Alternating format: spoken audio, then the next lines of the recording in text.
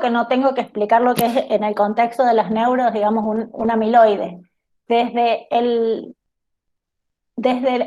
punto de vista de la biofísica de proteínas, yo lo defino como un estado conformacional de proteínas, ¿sí? Como tenemos el estado nativo, el estado desplegado, estados intermedios. El estado amiloide es un estado conformacional que en realidad es accesible a cualquier cadena peptídica en determinadas condiciones experimentales. El tema es que in vivo no todas las proteínas llegan a ese estado. Por definición, digamos, estructural, que es ese estado, es un estado ensamblado, es un estado cuaternario de proteínas, digamos, en donde las proteínas se ensamblan formando una fibra, ¿sí? En donde en esa fibra tiene una dada organización particular, que en general se conoce como estructura cross-beta por el arreglo que adoptan las proteínas, el tipo de estructura secundaria que adquieren y cómo están organizadas. Y la adquisición de ese estado es independiente de la proteína, de la cual da origen, digamos. Por ejemplo, en distintas neuropatologías como es el Alzheimer o el Parkinson, ¿sí? Las proteínas que forman esas fibras amiloides son diferentes. En Parkinson es la alfa-sinucleína, en Alzheimer es el beta-amiloide o la proteína tau, y entre ellas son completamente distintas, digamos, de su función y su estructura de origen. No tienen ninguna similitud ni de secuencia, ni de estructura, ni de nada, pero el estado final al que llegan, este estado amiloide, es muy similar. Son estas fibras no ramificadas de un cierto diámetro, en donde la proteína adquiere esta conformación particular y tiene propiedades muy características, tanto in vitro como in vivo. Esa es el amiloide, digamos. La historia de cómo se descubrieron los amiloides es interesante, digamos, y originalmente se los había confundido con azúcares, que eran acúmulos de azúcares, de ahí viene un poco el nombre, de almidón.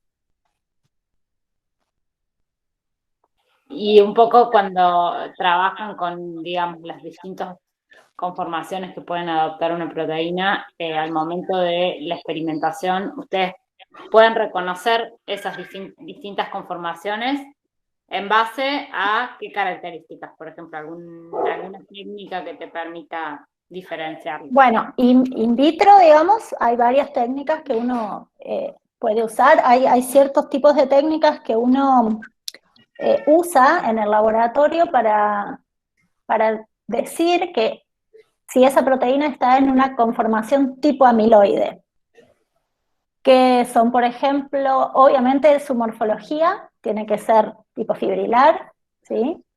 Tiene que tener estructura secundaria de tipo hoja beta, eh, tienen unas características tintoriales muy particulares, los amiloides, por ejemplo, cuando uno lo mira a un microscopio con una sonda en particular que se llama Congo Red y se lo observa con luz polarizada, se ve verde. Eso quiere decir que es algo amorfo, se vería oscuro, por ejemplo.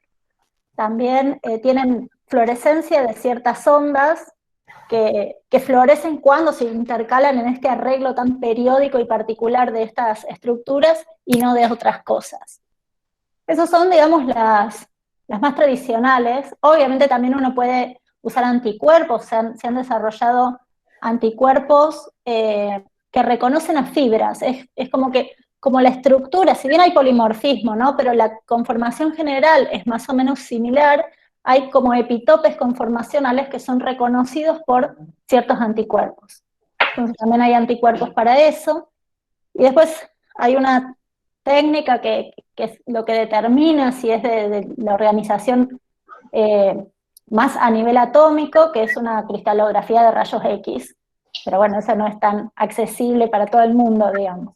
Por eso cuando uno por ahí trabaja en el laboratorio que tiene otras herramientas más simples, decimos que es tipo amiloide porque nos falta la cristalografía, por ejemplo.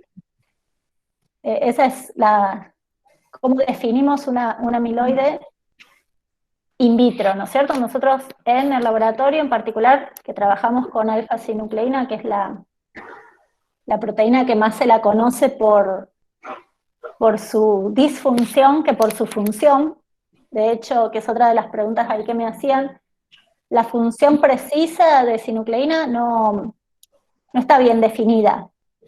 Sí, se la atribuye, es una proteína presináptica, abundante en neuronas dopaminérgicas, y se la atribuye su función a todo lo que es la dinámica de vesículas sinápticas del pool de reserva, ¿no? Estarían participando en mantener a las vesículas sinápticas en una zona alejada de la sinapsis y estarían en todo este ciclado de vesículas, digamos. Esa sería la función, pero como les decía, se las conoce más por su disfunción, porque en condiciones patológicas de Parkinson se encuentra acumulada, formando inclusiones intracitoplasmáticas, que se llaman corpúsculos de Levy, y que el componente mayoritario tiene muchas cosas, pero el componente mayoritario es alfa-sinucleína formando fibras amiloides.